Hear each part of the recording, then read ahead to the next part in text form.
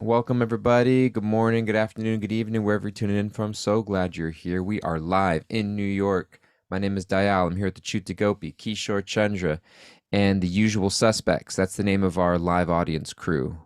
Or if we started a band, it would be Spirit Matters and the Usual Suspects. Um, all our crew here is in our live virtual studio audience, joining us on Zoom. We're glad that you guys are here. And how are you doing this morning, Achuta and Kishore? Good. Hanging in. Hanging in. How you doing, Kishore? Great. I'm back on the wake up early train. I fell off of it for a while and now I'm back on it and I'm just like, this is good. This is good. I'm sleeping more like completely during the night, which is something I've never done in a long time, and so I'm finding that That's as a good sign. That's a good sign. that's a good sign. And last night I was we have a couple of trips coming up for those that want to join us. Kishore and I are doing a kirtan training in Mexico. Please come if you're not signed up, which means you listening right now. Send us a message. Go to bhakticenter.org. We have a kirtan training the first week of April. It's like 1 month away, literally. We're keeping the group small and would love to have you guys with us. It's a full 8-day immersion in kirtan learning and development. And then also, we have an India pilgrimage this fall, the three of us, Achyuta, Kishore, and I. And last night I started reading, because when we were in India this January, both Kishore and I had this realization. It was like, I want to know more about all these places. Like, we've been to places and we know a little bit, and we have powerful experiences, but like really, really wanting to get in. So I was reading this book last night. I don't remember the name of the author, but it's this big, beautiful book about all the like the temples and places in Vrindavan and like the stories. And I was just kind of going through a little like Vrindavan Parikrama last evening, and I started reading this morning. It's like this big like coffee table style book. Have you seen it, Achyuta? It's by Chaitanya something Swami. You've seen it. Like I think it's called Vrindavan, the Playground of God or something. Yeah, that's Bhakti Chaitanya Swami. It's really Ba- nice. Bhakti Chaitanya Swami, yeah.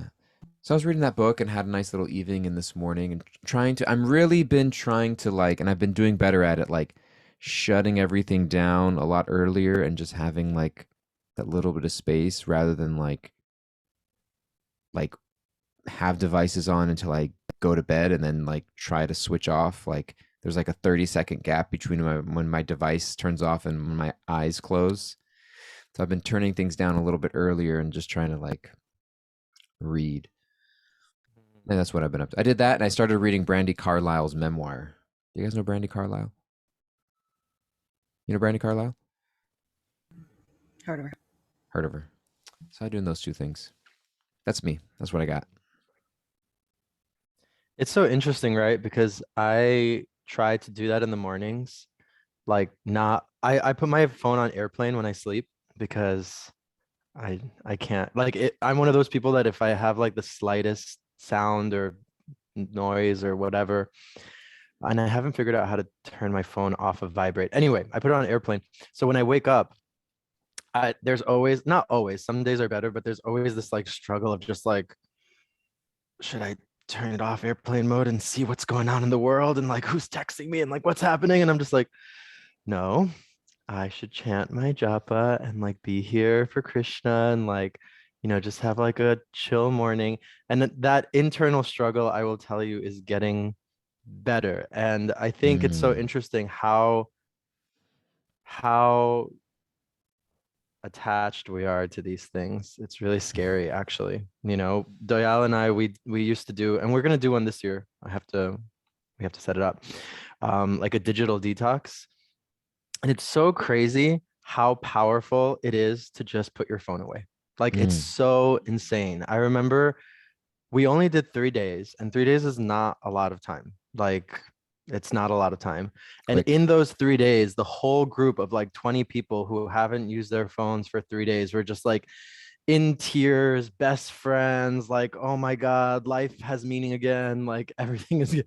And it's just so crazy to notice how really I feel like when we like give our power and our energy away to things that are not worth our power and energy and time, it really kind of like sucks us dry a little bit and we lose a little bit of that connection and humanity, and we just turn into like jaded zombie New Yorkers, which I have personal experience with that. Point Yeah. A, go to First Ave, walk up the street, Bhakti Center, arrived, and it's like, I'm really wondering, I want to hear from you, Achuta, because I feel like you're someone with so much soul, and I feel with so much genuineness and authenticity, and I want to know what your secret is. How do you do it? Um, it's so funny because I was kind of just listening to everybody's like, schedule and ideals. I was like, oh, y'all so cute. Y'all are nice. That's cute. Like, like, I, like I got kids. I can just like sitting there, just like tuning out. Like, you know what? Peace out. I'm good. Nandi, handle yourself. She's like, I watched Trolls last night. Trolls 2. That's what I did. It's like, Nandi, run your life. Do you think it's fine? So, I was just kind of thinking about that, and then just kind of contemplating while you were speaking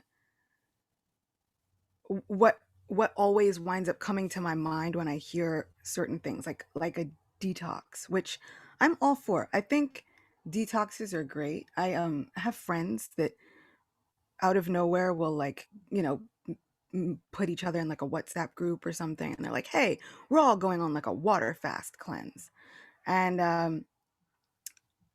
and this kind of ties into like what makes us like genuine and authentic or whatever. And I kind of always ask them, I'm like, well, why? What's your aim? And sometimes they're like, well, I just, I was realizing that my energy was down and whatnot, and or I've had people, they were like, well, I want to. I want to really lose weight, and I feel like this will kickstart me into that, so that then I can like lose weight. And I'm like,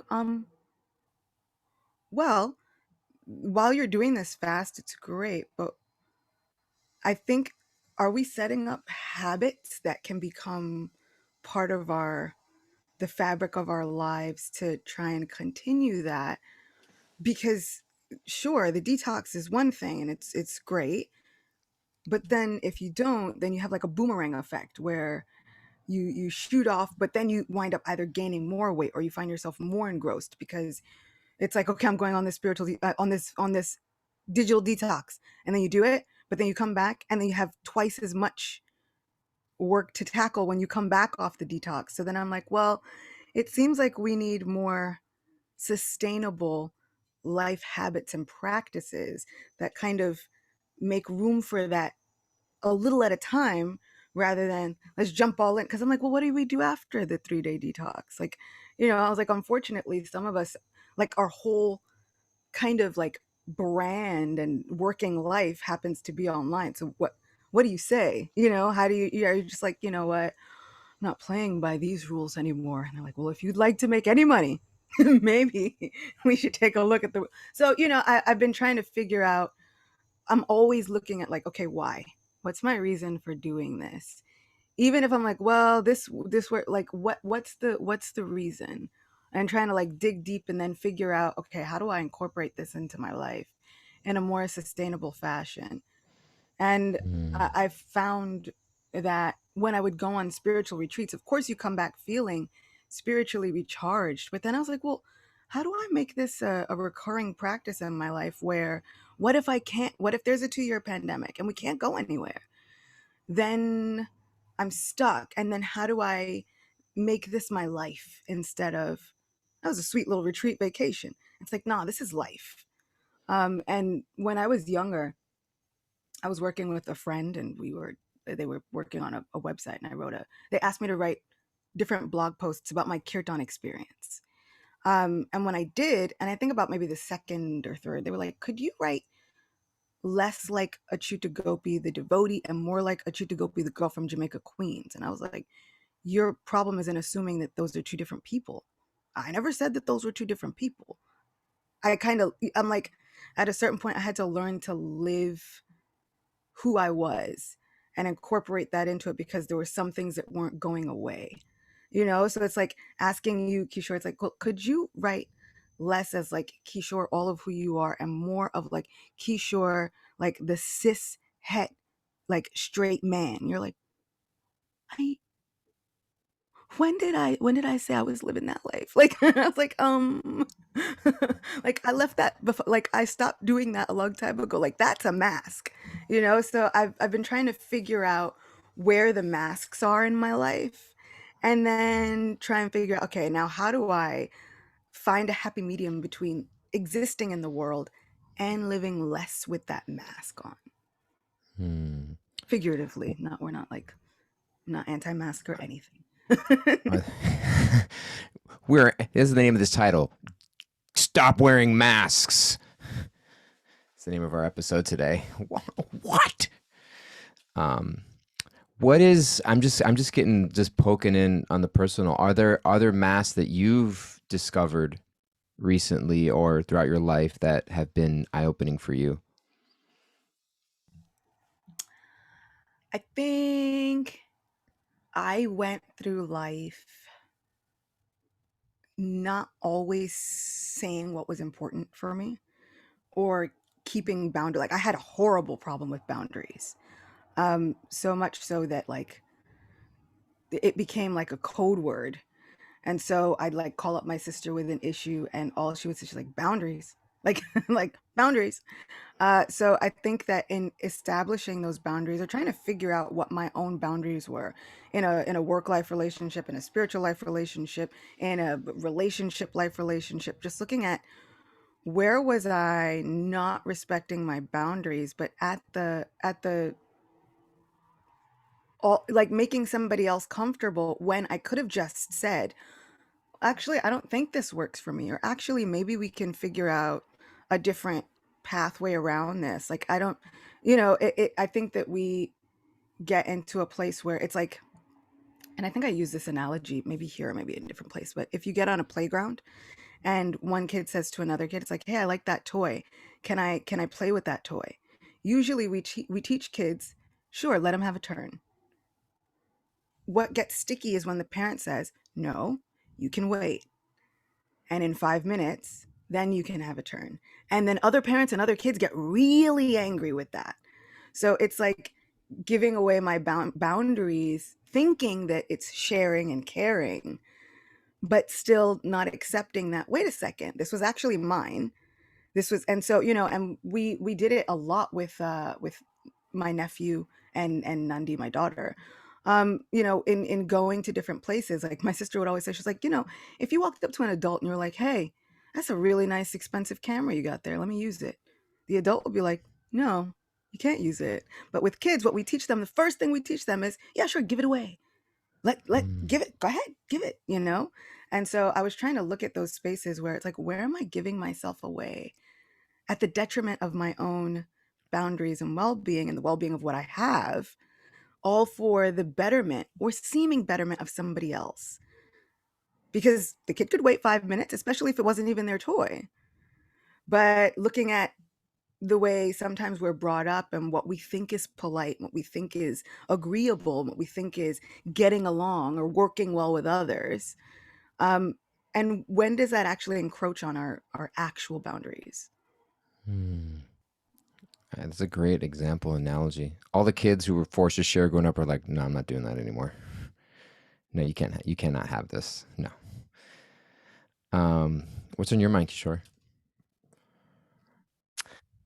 Thinking about an experience I had yesterday, and I was wondering if I should share it or not, but Did I someone am come up and going ask to if they can share. borrow your camera?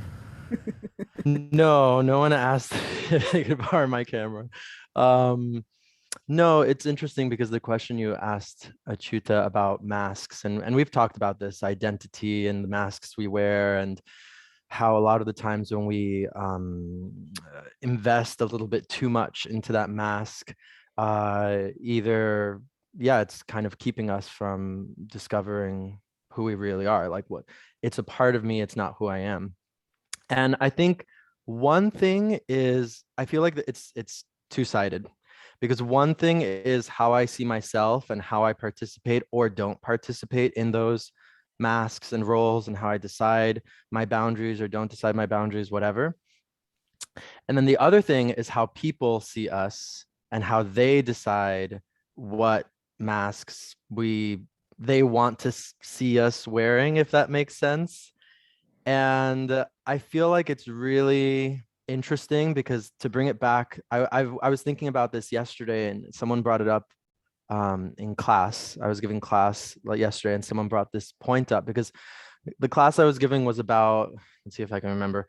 It was about spiritual vision versus material vision. And it was about this verse in the Bhagavatam about where Shukadev Goswami or Narada Muni, apparently there's some confusion as to who said this, is telling Kamsa, right? As Kamsa is about to, Kamsa finds out there's like a big ominous voice in the sky and says that, Kamsa, you're a fool because the eighth child of Devaki, right? Devaki, Krishna's mother, is going to kill you. And so Kamsa like freaks out and he's just like, oh my God, I'm going to kill my sister, because he's evil. And so Devaki and Vasudeva are there, and Kamsa's like taking them, pulling Devaki by the hair, like he's evil, like he's demonic, he's about. And to not go into it so much, Vasudev starts like trying to reason with Kamsa, like trying to give reasons as to like why he doesn't need to do this. And basically like Kamsa starts to like calm down a little bit and be like, okay, yeah, like it's the eighth child, like I don't need to do this. And then either Narada Muni or Shukadev Goswami, apparently there's some confusion about who spoke these verses, but they tell Kamsa and they announce to everyone that actually all of these people in the Yadu dynasty and the Vrishni dynasty, all of the inhabitants of Vrindavan, they're all demigods, and they've all come to kind of just witness this Leela and witness everything that's going to happen. And, Kamsa, you're a fool. And then right after that, Kamsa's like, I'm going to imprison you and put you in a cage and like this. And so anyway, the whole class was about spiritual vision versus like material vision, and being able to see that, yeah, everything is kind of arranged, right? So we hear this beautiful, this is happening for me, as opposed to this is happening to me. So we can think in Kamsa's understanding, this is happening to me, Krishna's going to kill me, everything's evil, everyone's against me. And in spiritual vision, oh wow, this is Krishna Leela and it's beautiful and all the demigods have descended and Jai Ho. Anyway, so going off of that point, I think it's really interesting because the person then brought up, I was kind of giving this point about spiritual vision versus material vision, and one listener brought up, one participant brought up this idea that in society and in our life, we also have to be very vigilant of the people who are in a inflated materialistic position. And we have to like be aware of that. We have to be aware that there are people in society who are, doing evil things. Like the person was saying, like there are Kamsas out there, and there are Hiranyakashipus out there, and there are like people in this world who do that kind of stuff. And I was like, yeah, yes, there are, and we need to be vigilant of that. And I think that comes to what Achita Gopi was saying about like boundaries and like understanding that like there is boundaries meant to be had. Because I think, and I'll get to my story, I realized I went into another story to tell this story, but I think that when it gets tricky, especially with the masks that we wear, especially with kind of like contemporary culture of just like wokeness stuff and everything just like being this weird mushmash of like, trying to like be on the right side all the time. I feel like that's what it is nowadays. It's like I got to be on the right. Oh, this is right. Okay, I got to support this cause. Okay, I'm gonna support this cause. And I feel like the more that we're in that, the less that we actually see people as who they are. We're putting them in the mask, we're putting them in the box, we're putting them in the container. And so this person brought up this idea of like, okay, we have to be vigilant. Like there are Hiranyakashipus and Kamsas out there. And at the same time, Prahlad Maharaj is saying, that we have to not see people as friends and enemies and as I and mine and this and etc. So it's kind of this like, okay, yes, you're a spirit soul and I appreciate you and okay, like this. But Prahlad Maharaj, I love this point that you brought up yesterday, Chita Gopi. He's a pure devotee. I'm not a pure devotee. And so he has this spiritual vision of like seeing like, it's not I and mine, it's not friends and enemies and etc. And I'll very quickly tell this story and then I want to hear from all of you. So someone approached me a couple of weeks ago because they wanted me to like speak on a topic on a subject matter, uh, like the gay community in Bhakti. And I've spoken about it before. I've spoken about it before, but like kind of on like my own terms. And to make a very long story short, I was kind of not into it because it was like a little bit more official. And I was like, like, I have to like check with people and maybe my Guru Maharaj and like this. Anyway, to make a long story short, this person then tells me, yeah, we really appreciate the way that you share because, you know, we don't want the interview to be like this other person who, et cetera, et cetera, et cetera. And I was just like, because this other person is someone who is a friend of mine. And it just really, really, to not go into it so much, it really made me understand like, wow, like we're just putting people into boxes of how we want them to perform our mask and role and like this, as opposed to like, I'm just seeing people as a whole. Like I'm seeing a Chuta Gopi as like, she's the girl from Jamaica Queens and she's a super cool devotee. And those two can coexist. And if there was something that Achyuta Gopi did that I didn't necessarily agree with, I think the question comes like, can we still be friends? Do I still respect you? Like, I think the answer is yes, 100%. But I think that the world that we live in, because we're not pure devotees, is very like, oh, you don't agree with me? Okay, enemy. Oh, da da da. Okay, you're over here. You're not, you don't fit into this kind of mask or role that I've put you in. Okay, I've talked a lot. I want to hear from all of you because that's um yeah. I want to hear from the girl from Jamaica Queens. I want to hear from the girl from Jamaica Queens. Yeah, and you know, like that always like I was like, what do you think a girl from Jamaica Queens is like? Like I was like, well, how do you expect that I'm supposed to approach you and this Yes. spiritual practice? Like, what exactly did you just put on me? Like I'm like, Yeah. you just asked me to be ghetto because I'm just not. Like I'm like, what? What's happening? Yeah, and you know, like so it's like things like that. And when they come from a friend of yours, you know, somebody that you're really connected with, I'm like, uh-huh, you have a skewed vision of who I am. But yes, Mm, everything that you were saying, so right now, like, okay, we think about how life is so varied and complicated, and it's got all these layers, and all the layers can be really juicy. But what happens when like you were saying, you know, you have a clear cut vision of who the bad guys are. You've got Kamsas and Hiranyakashipus and all these clear visions, right? But what happens when they're the good guys?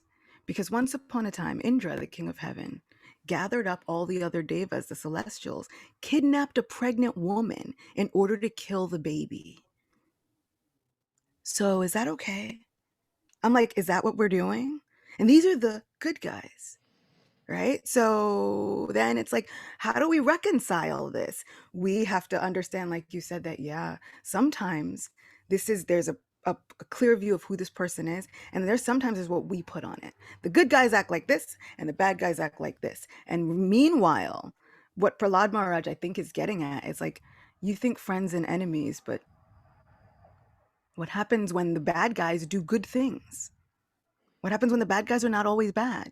And then what happens when the good guys do some real shady, questionable things? Then it's like, because we put these masks on people, our faith tends to hinge on how they behave instead of how we behave. And so I think, you know, in reclaiming our faith, we have to look at, am I basing my faith, my character, my integrity on how I behave or how I expect somebody else to behave?